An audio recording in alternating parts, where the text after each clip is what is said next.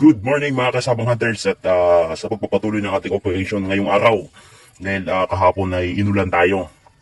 Kaya kung inyo makikita mga kasamang hunters, sobrang putik ngayon. Mulan kasi kahapon at hapon na rin, hindi tayo nakapagpatuloy ng operation. Ngayong araw ay binalikan natin. At medyo makulimlim ulit pero pagpapatuloy natin mga kasamang hunters. Kung inyo makikita sa paan ng ating kasamang hunters, grabe. Alas bumabaon sa putik. And mga kasamang hunters, ito yung ating hinuhukay na isang explosive trap. Actually, sabi ng mga hunters natin ay isang vintage. Hindi natin sure kung yan ba talaga ay trap or nung Second World War yan ay nahulog. At makikita nyo dito mga kasamang hunters, yan nga, binabasag ng ating kasamang hunters yung bato na nakaipit. At hindi natin masabi kung ito ba inilagay, pero sa tingin ko inilagay talaga yung mga kasamang hunters. Makikita nyo ang posisyon, tsaka 4 feet mula dito sa ground. Ayan o, 4 feet. Ang lalim, nakaayos mga kasama hunters, nakatayo. At yung pin, nasa taas. Yung makikita mga kasama hunters, yan o, nasa taas yung pin. At ay nga, dahan-dahan lang kasi hindi natin pwedeng paspasan mga kasama hunters dahil hindi natin alam kung anong nasa ilalim ng bakal na yan. Baka may iniipit pa yun dun sa ilalim. Kaya ngayon ay dahan-dahan lang ito, tinatanggal natin yung mga ipit niyang bato. Yan o, kita-kita nyo po mga kasama hunters. Pinapaklas ng ating hunters. Grabe. Ito na yata ang pinaka-the best nating operation at pinaka-delikado. One of the most dangerous operation sa ating karera at sa pag-treasure mga kasama hunters. Meron tayong mga bakitang maiksi, may mahaba. At binabaklas natin yung bato na nakaipit. Yan o. Kung inyong titingnan mga kasama hunters, yan ay bato na nakaipit. Iniipit niya yung trap na yan. At kung walay trap na yan mga kasama hunters, mabilis sana ating paghanap sa tunnel dito na sinasabi ng may-ari na nandito na nag-bar down na nag-close. At totoo nga mga kasama hunters dahil may trap na nilagay. Grabe. Kahapon lakas ng ulan dito. Kaya kung inyong makikita mga kasama hunters, napaka yung bakal na yan, kalawaan po lupa pa yung kahapon sa kakaulan. Yan, naglinis na magsama pero nakabaon pa rin kalahati. At ito yung mga bato na nakaipit sa paligid nun. Yan o, tinanggal ng ating kasama hunters. Diyan nakalagay yan sa gilid. At yun na, tinanggal na. Ito yung mga ipit mga kasama hunters. Meron pa doon sa may paanan ng kasama nating hunters, nandun pa isa. Ayan. Tuloy-tuloy lang sa ating operation mga kasama hunters. Grabe. Ito ay pangalawang araw pa lang nating operation. No? Kahapon at saka ngayon. Grabe. Medyo tanghali na lang tayo dumating dito sa site dahil meron pa tayong nasikaso kanya sa barracks. At ayan na nga. Shoutout pala sa ating mga hunters na sumusubaybay sa ating operation. At mabuhay kayong lahat sa inyong mga operation ay tuloy-tuloy lang. Grabe. Ngayon na dahan-dahan tayo ating operation dahil hindi natin pwedeng paspasan. Binabawasan natin ang lupa na. Ang plano mga kasamang hunters, ang isang gilid lang na yan, yung side lang natin patanggalin natin. Dahil gusto natin na makita ang ilalim pero dapat hindi magalaw kasi hindi natin sure ano yung nasa ilalim yan Grabe. Kami ditong pampalayas ng lamok. Ay mga kasamang hunters, dahil sa treasure ang daming lamok. Kaya mga kasamang hunters, huwag kayong magkalimut magdala ng ganito. Ayan, lutuan namin yan, ginawa namin pampausok. Grabe din ang kapal ng lamok dito mga kasamang hunters sa gubat.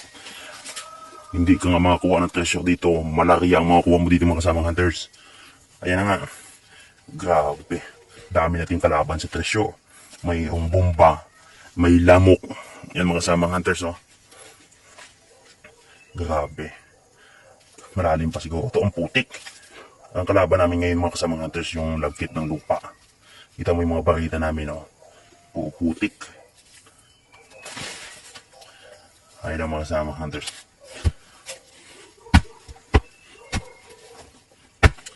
Yung tigas ng lupa. Tanggal natin putik. Kita niyo po mga kasamang hunters. Napaka siksik ng lupa. Kaya Kaya yan ang plano mga kasama hunters. Ang gagawin natin ay i-clearing natin tong left side. Para kapag na-clearing natin, yung explosive trap na yan, itutulak na lang natin palabas.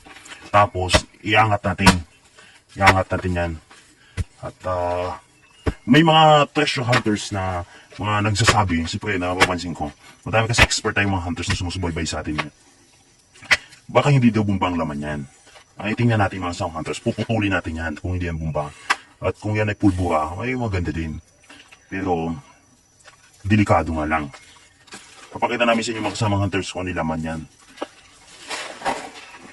Dahil dito sa ating operation, lahat ipapakita natin.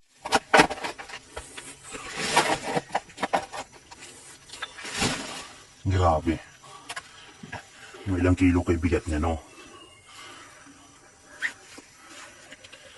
Ay mga kasamang hunters at kunti na lang.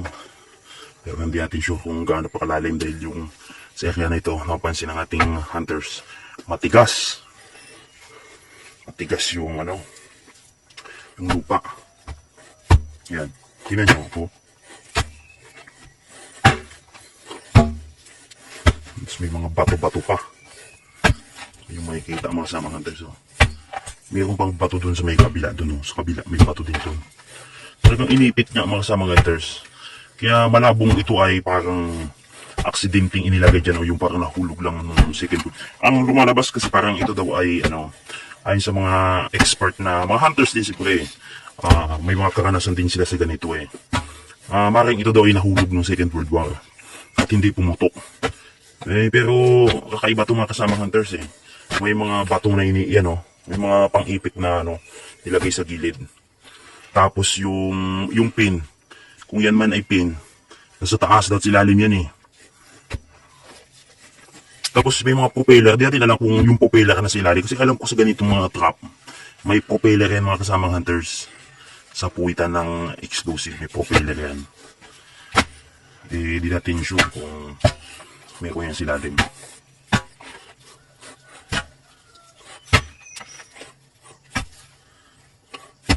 Sabi nga ng mga kasamang hunters natin, pag yan ay pumutok, ako, ubus tayong lahat.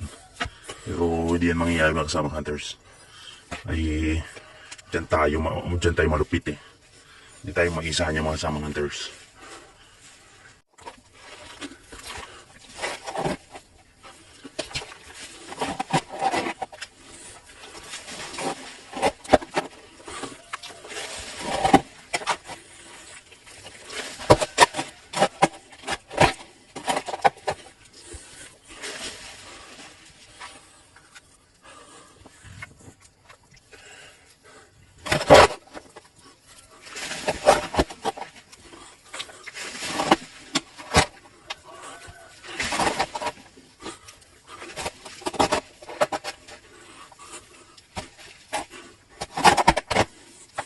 Bawasan natin ng lupa yung gilid na. Dahan-dahan lang kasi delikado yung mga kasama hunters Yan yung mga bato na naman sa gilid niya. Grabe, napaka-crucial ng operasyon nito. Hindi natin pwedeng madaliin kasi mga kasama hunters. Diwa nga lang, hindi natin sure kung ano ba itong walang hiyang ito. Kung ito ba yung bomba ba talaga o explosive trap ba talaga ito. Or may mga nagsasabi daw baka banga yan. Pero tingin ko hindi man banga, bakal gawa sa bakal mga kasama hunters Natanggalin mo yung lupa na sa gilid. Ayan. Ingat lang, dahan-dahan lang. Ayan, baka uminit at pumutok Ayan Ayan. Hapon, yung kaya hanggang dito sa may bandang liig. Ngayon naka-andar na tayo sa dangkal. Na ilang minuto nating operation. Grabe. Ikot-ikot natin itong ating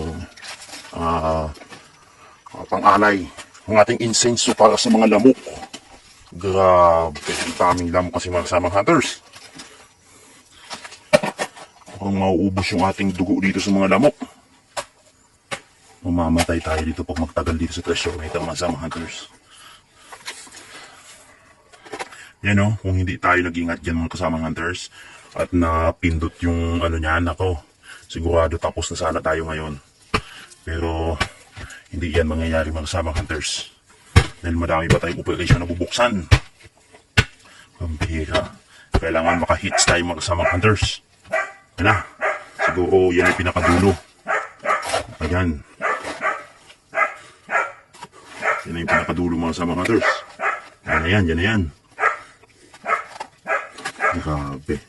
Tignan natin kung gaano kalalim talaga ito. Ayan o, kita nyo po mga kasamang hunters, yung graba na may mga buhangin eh.